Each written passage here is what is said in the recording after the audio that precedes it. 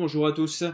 Alors aujourd'hui pour cette deuxième partie de cours sur l'explosivité, nous allons voir la vitesse gestuelle. Donc la vitesse gestuelle, comme si vous n'avez pas vu la première vidéo, retournez voir la vidéo sur l'explosivité. Donc ici la vitesse gestuelle est la vitesse maximum que vous pouvez atteindre sur un mouvement. Et sur un mouvement, comme on a vu, elle était exprimée, c'était surtout une puissance. Parce que il y a toujours une charge qui va être développée. Et la puissance, c'est une force multipliée par une vitesse. Et à partir du moment où il y a une charge développée, il y aura toujours une force qui va être appliquée et forcément une vitesse qui va être mesurable. En fonction des personnes, on comprend qu'il y aura toujours deux parties, deux critères, soit un critère plus vitesse, soit un critère plus force qu'il va falloir développer.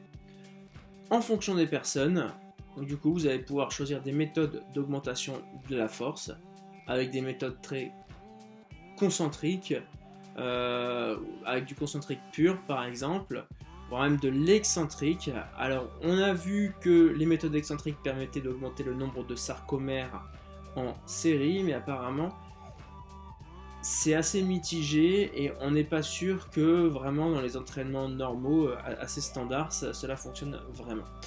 Donc des entraînements plutôt en concentrique, assez lents, en force, qui vont permettre d'augmenter la force sur le mouvement. Dans l'autre partie, nous avons la vitesse. Et là, pour tout ce qui est aspect vitesse, développement de la vitesse, il va falloir qu'on essaie de développer, de travailler dans la vitesse maximum que l'on est capable d'atteindre. Donc là, chercher à décharger le mouvement. Par exemple, si on veut progresser sur le squat jump, arriver à se décharger en ayant par exemple des élastiques qui nous allègent.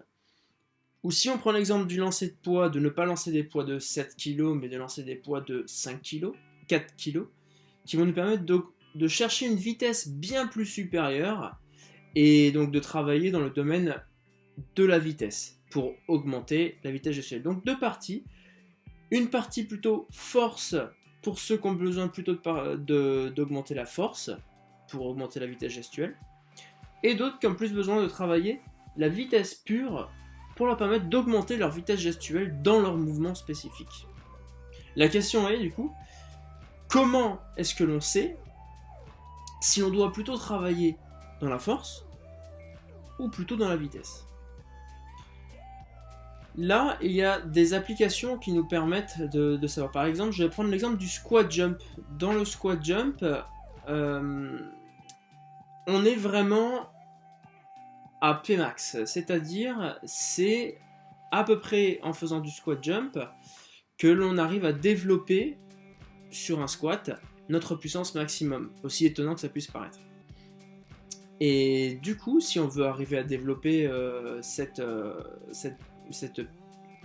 squat jump, il y aura des personnes qui auront besoin de travailler soit dans la force, en mettant des charges lourdes, comme on l'a dit tout à l'heure, soit des personnes qui auront besoin de décharger et de travailler vraiment dans la vitesse, en déchargeant fortement. Des applications comme MyJump vont vous permettre de savoir où c'est que vous en êtes dans la courbe et vous recommander de travailler soit d'un côté soit de l'autre.